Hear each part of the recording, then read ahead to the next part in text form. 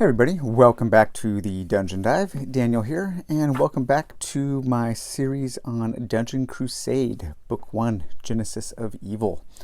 In this video, we're going to take a quick look at my storage solution. I know some people find those kinds of videos boring. I actually kind of find them interesting. Even if I don't follow somebody else's storage solution, it does give me some ideas about how I'm going to store my game. And this is a game that needs a storage solution. Everything is not going to fit back in the box. There is a lot of stuff that won't, and depending on how you want to store things, you'll keep certain things in the box and certain things out of it. One thing I did do last night is, after the initial video, I went ahead and inked the edges of my hero minis or hero standees with some black ink, just using a Sir Mark-a-Lot marker, and I think it looks really good. So I'm going to go ahead and do all of the standees like that. I think it makes it look even cooler and makes it stand out even a little more on the board. So real quick, the first thing I do is, in the box, I am keeping the dungeon boards. There are, let's see, 1, 2, 3, 6 times 2. There are 12 dungeon boards that will stack up in the box. I am keeping my hero cards in a baggie in there. I'm keeping my Avalon Adventure board game encounter cards in that bag. I'm keeping the large Guardian standees in that box in a bag. I'm keeping the additional Guardian cards, like all of the large Guardian cards. These are the, Elite and Heroic difficulty add-on packs that I ordered. And so I am keeping those in this box here in a baggie. And then I have a little bag because there's quite a few things in this game where you have to put in a bunch of tokens in a container and then draw something out. This was a extra bag I got, I think, with like Shadows of Kilforth or something. And then I keep in this bag, I keep my rule books. And then in this bag, I keep the Village UI board, the Dungeon UI board, the Tower Attack, and the Avalon Adventure board game board. So I should back up a little bit and mention that, yes, this game was on Kickstarter. I forgot to mention that in my first video, and I apologize for that. Sometimes I forget that not everybody who watches YouTube channels just follows games like this as close as some of us do. So this was on Kickstarter a very long time ago. I think almost 5 years ago the Kickstarter started or ended, somewhere around there. And I was a backer, but then I canceled for personal reasons. It was not anything to do with the game. At that time, I pulled all of my money out of Kickstarter and donated it to some charities. I just thought it was a better use of my money at this certain time. But then I later went back in to the Pledge Manager, which was open for a long time. I bought the base game, and then I added on the Avalon Adventure board game. I added on the upgraded, or not upgraded, but the more difficult enemies packages, and I added on the hero pack that came with 6 more heroes and their cards. One thing I didn't do is I didn't get any more of the House of Chance games. I am not so interested in those, to tell you the truth. I don't really like gambling games, and I think this game is already super. I have a feeling this game, I'm sure a game of this is going to be 3 hours. And some of those House of Chance games, they seem to be really long, and I just did not need those. I didn't think they added anything to the game that I was looking for. Other people probably think they're awesome, so if you want them, you can get them.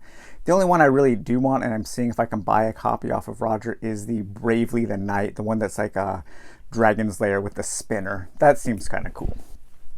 But so I was a late pledge backer on this game. That's how I got it. One thing to remember, Roger, it is his intention to keep this game in print periodically, And it is also his intention to never have Kickstarter exclusives. So if you didn't get this game and you really want it, and you can just have some patience, don't pay the inflated eBay prices. It's already going for like hundreds of dollars more than the original price on eBay. Just hold on, have some patience.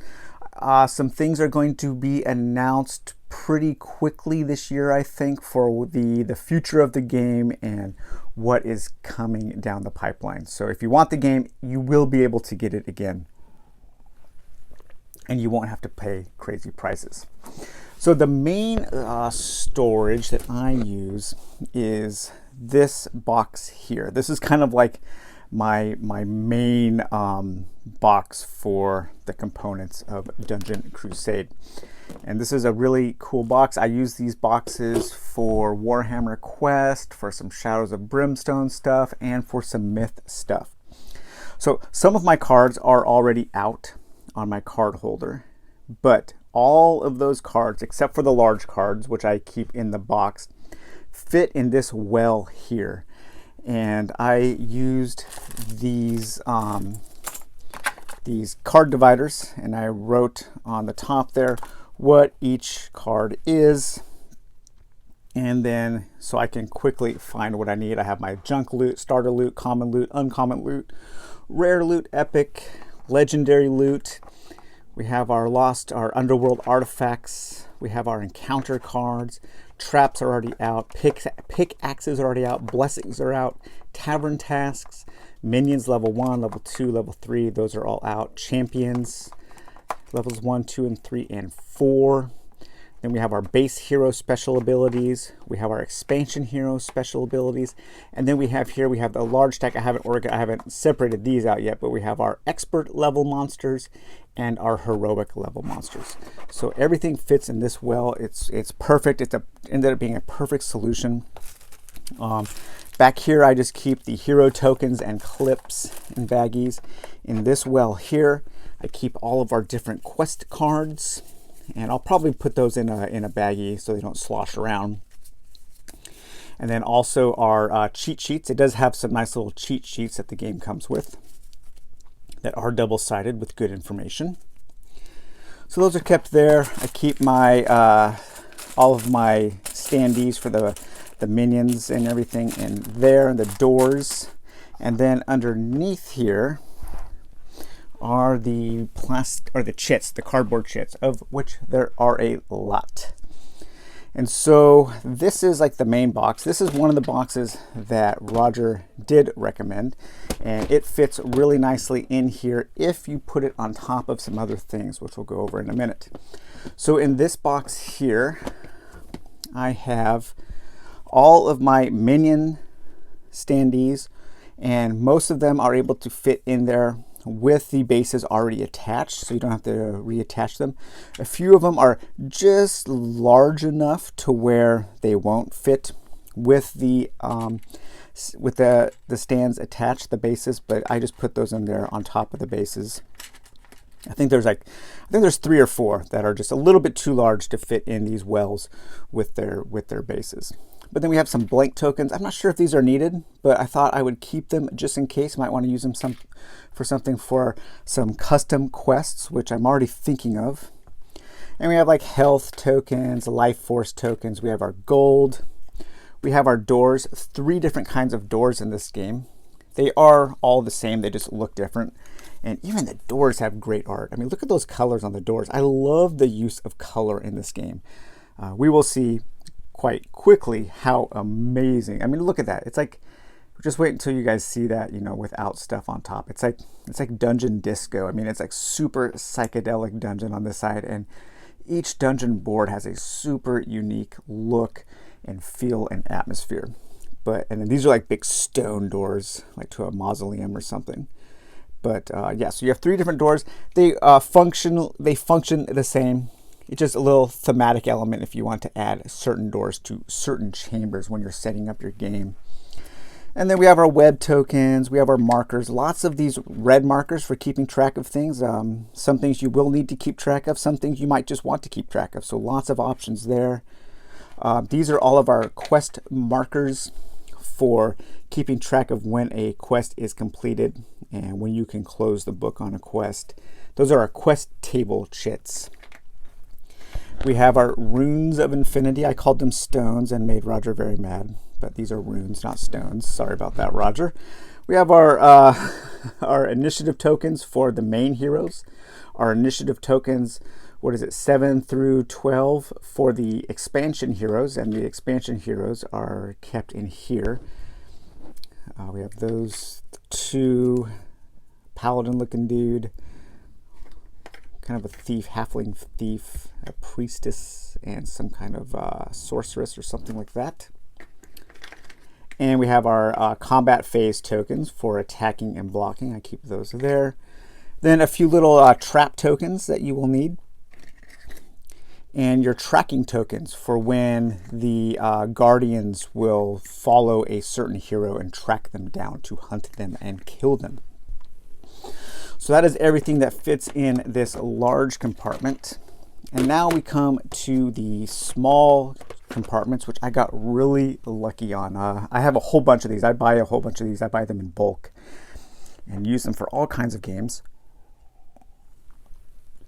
They are just a tiny bit too small, makes getting things out a little difficult, but I've started to label what these are. So these two are only for quest tokens. These are all the tokens that you are going to be using when you're setting up your quests, things that you're going to be going in and finding and fetching and retrieving and destroying, and whatever the quest has you do. We have figurines, evil idols, rings, books, lanterns, people, liquids, chalices, eggs, blood and wine, keys, black candles, broken weapons, and blacksmith tools.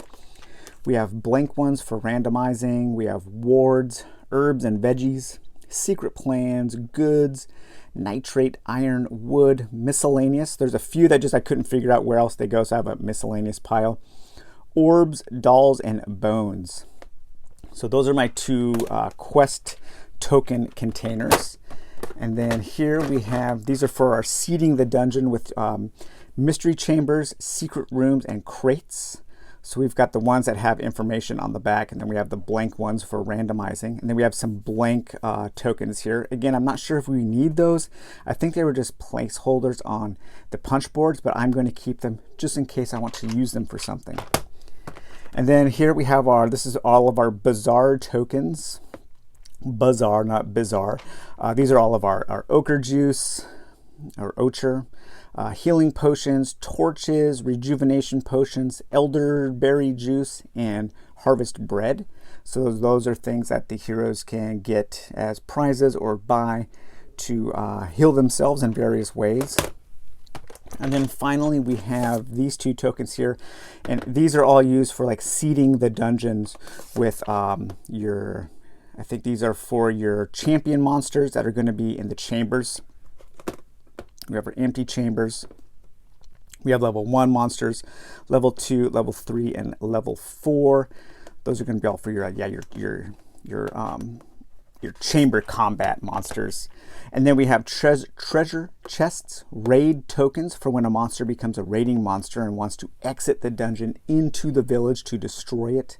We have our lockpicking tokens, our mining tokens for our mining nodes, so when we can take a pickaxe and look for gems to craft more powerful weapons and items. And then we have our trap tokens. So it's a pretty easy storage solution. I got lucky that kind of everything, these all fit in the bottom of this tray. It was just enough height there that this sets easily on top of them, but not enough, not too tall, so that this well still goes inside quite easily. A perfect amount of room for all the cards in the game. And then the lid still closes quite easily. Don't have to worry about anything there. And how's that for a pop of color in your face right there? And then there is still room once I put everything in the box here for some more stuff, for maybe some expansions down the road, or some homebrew material. Will this binder fit in there? Oh my gosh, my character binder actually will probably fit in here. I won't have to take everything out. I just discovered that. That is awesome. This is like a perfect storage solution. I'm very happy right now. Okay. I didn't even think to check about the binder. But next video, I think what we're going to do is kind of take a detailed look at some of the components.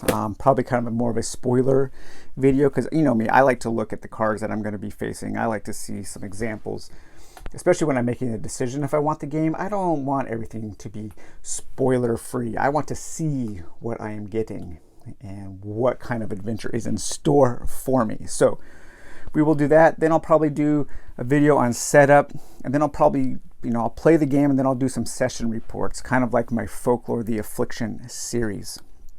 So, all right, guys. Well, I hope you enjoyed this organizing video, and we will be back with more coverage of Dungeon Crusade. Talk to you guys later. Bye-bye.